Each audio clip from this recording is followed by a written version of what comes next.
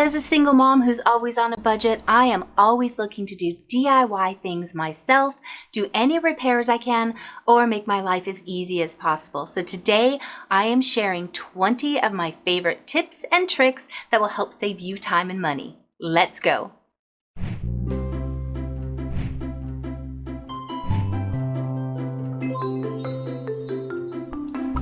I have always been fascinated with how to do things yourself. Anytime there's been a handyman, serviceman, I'm always asking, can I watch what you're doing? Because I love learning how they do things. They always have shortcuts that make the job easier. So I've compiled another list. I love doing these for you so that you can do these things on your own, save yourself the time and not have to wait for someone to come and do it for you, and it saves you money. But let's face it, if there's an easier way to do something with an item you already have, why not simplify so that you can enjoy your time better? The next time you're doing a DIY craft project and you're trying to figure out how to make a hanger on the back, get a soda can tab. These are amazingly strong. They're going to be trash anyway, but with a simple screw or some E6000, you can attach it to the back and create the perfect picture hanger. I love this idea because it's probably something that you have lying around, and if you don't, it's pretty easy to find a friend or family member that has these that you can just have easy access to. Now, I don't know about you, but when my kids were little, I honestly thought they were drinking the glue because we went through it so fast. So I started buying them in the bigger bottles like this.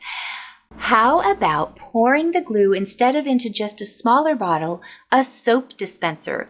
What this does is it controls the amount of glue that's coming out, but an added bonus, if you're having any type of dexterity issues, an easy push down will allow that glue to come out without having to grip or squeeze a bottle. I've seen people recycle bottles into scoops many times, and I think this is a great idea. Those bottles for milk, for water, and those detergent bottles are always so heavy duty, and it's sad to see them just get thrown into a landfill. A lot of times they are not recyclable depending upon what's been inside of them. So turning it into a scoop is a great way to give yourself a functional tool. Obviously, if you're using it for any type of food scoop, you'll want to make sure that it's washed very well. But the other thing you can do after you cut that handle out to make a scoop, save the bottom portion because it will double as a fantastic furniture mover when you're sliding an item with legs across any type of carpeted floor. I love using thicker glues like the Gorilla Glue, the Aleenes, but sometimes I'm a little impatient, but waiting for it to pour back to the nozzle every single time, yeah, it only takes a couple seconds, but like I said, I'm impatient. So I will end up balancing it up against something and letting it just sit upside down. Why not use a tin can? Let that be your glue holder, and that way the glue is already at the tip, and if a little bit seeps out, it's not getting on anything that's going to get damaged. And you can always decorate these little cans to match your area and get creative in how it looks. Do you hate creases on your clothes when you take them off of hangers? Why not take a paper towel tube and wrap it across the bar? This will give a rounded area so that your clothes don't have a crease. You can always cover this in a fabric or a contact paper so it looks better, but another alternative is use a pool noodle. With one simple slice down, you can put it over the bar, and now you won't have any more of those annoying creases on your clothes. Using jars for small items is not a new concept, but I love the idea of focusing on using peanut butter jars. This allows you to hold a lot more because the mouth of the jar is usually bigger. Another benefit is it's lightweight, and if you drop it, you won't have shards of glass shooting all over the place. The last time you had blood drawn, they might have used this flexible tape that went around you that didn't stick, but when it touched itself, it stuck together. It's called sports tape. It comes in a myriad of sizes and colors. It has some grip to it, and it's cushiony, which means it is a great product to use on your tool handles. If you're having any type of an issue gripping something, wrap a little bit of this around it and you'll have an easier grip, it won't slip, and it adds a fun color to your tools. I have suggested creating a 3-ring binder book for owner's manuals and warranties before, but if you don't have a lot of these and you just have 1 or 2 and you're always trying to figure out where to put them, slip the warranty and owner's manual into a ziploc bag and tape it to the bottom or back of the appliance. The great thing about this is when you go to replace the item, maybe it's still working, you have all of the information for the next owner to have, or if it's a repair person coming out, they have all of the information right there for you. Now, if the item is a heat type of appliance, like a toaster oven, then I would place this owner's manual on the wall of the cabinet where you're storing it so that there isn't any type of a fire hazard issue. If you've watched my videos before, you know I'm not the biggest fan of Lazy Susans. I think they have practical applications sometimes. I've seen people suggest them in the refrigerator, and when I saw this particular one with a taller lip around it, I thought I'd give it a try. I actually am in love with this. It gives us access to all of our most used things on the outside. I put our lesser used items in the middle of the Lazy Susan, and in the very back I have those items we hardly ever get to. This has prevented things from getting lost and knocked over, so I'm actually a huge fan of this type of Lazy Susan now. Moving is never fun, but when you have to move your clothing, buying one of these big expensive wardrobe containers is not fun. An alternative is take plastic trash bags and put them around a group of clothing. You can use the drawstrings or tabs to tie around the hangers, and this way you can just take the whole section of clothes with the hangers still accessible and transfer them from one bar to the other. Another bonus is it's protecting those clothes during transport.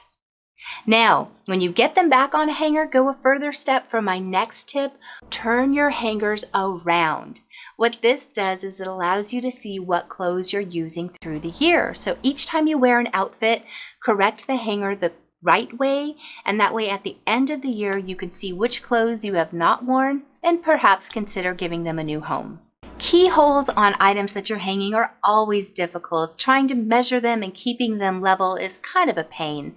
Why not, if you have one of those printers at home that has a copier, take a copy of the back. This gives you the perfect template to then transfer to your wall, use a level to make sure that it's straight, and hang it. Another option is take a piece of paper and with a pencil, outline where those keyholes are for a template, or use a simple piece of painter's tape or masking tape. Now, if you do need to make any type of holes in the wall or do any type of drilling, use that same painter's or masking tape, attach a small bag or piece of paper to catch all of that dust, and your cleanup will be a breeze.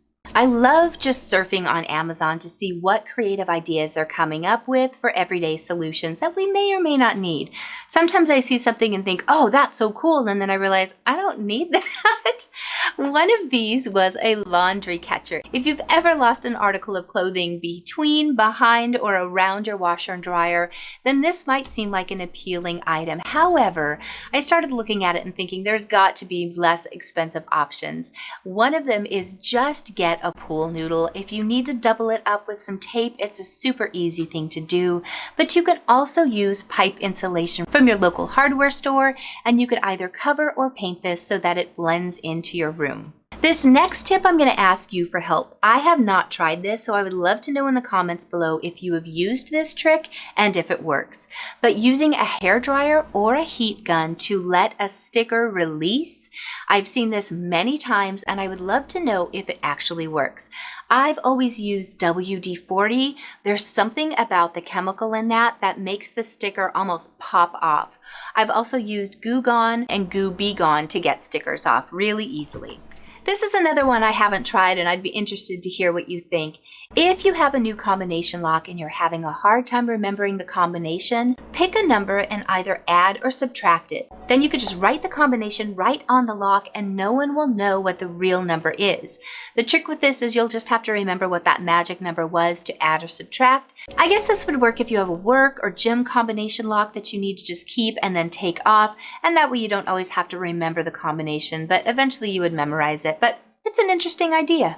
If you're looking for an inexpensive organizer or caddy to carry things around, why not use a 6-pack carton? I love this idea for organizing your spray paints, your caulks, or your art supplies. You can always cover them and make them match your area, and it'll also give you that creative outlet as well as adding storage.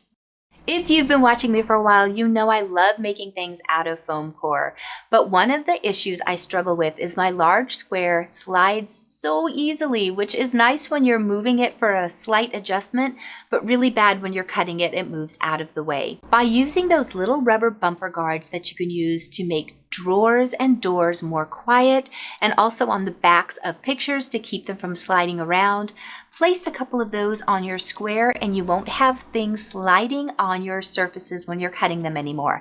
I can't wait to try this one. This next trick is one I've been using since I first got a cell phone. It happened almost immediately that I had a cell phone, we had a friend with a pool, I had the phone in my pocket, and somebody decided to be funny and push me in the pool. Goodbye, new phone. It was devastating. So ever since then, if I am around water in any way, I drop my cell phone into a Ziploc bag and I don't have to worry about it. It has not failed me yet. But other applications with this are when you're cooking. You don't want to get your phone all dirty, or crafting, or a big one, painting. It's inevitable. I am such a messy painter that I get paint on my hands and I go to touch my phone and I have now got paint on there that I have to clean off. So Ziploc bag will completely eliminate that worry. Since we're talking about messy hands with paint, I found this great website, momforreal.com, and she came up with this great formula for easily taking paint off your hands. It's a half a cup of coconut oil, half a cup of baking soda, and it just makes a soft scrub so that the next time you get paint all over your hands, you could just apply a little bit of it and your hands will be good as new. This just happened to me, honestly, because I have been doing some exciting things to my area and I can't wait for you to see it. So make sure you've hit that notification bell so that when I post on Saturday, you get to see what I've done. But I went out into public and I'd been using spray paint and I had the most interesting looking manicure all over my hands, and it was a bear to scrub off. So I wish I had seen this one before I scrubbed so harshly on my hands, but this will be a definite one to try the next time I have a spray paint manicure. I want to say thank you so much to my patrons. They are unbelievable in their support and helping me make these videos.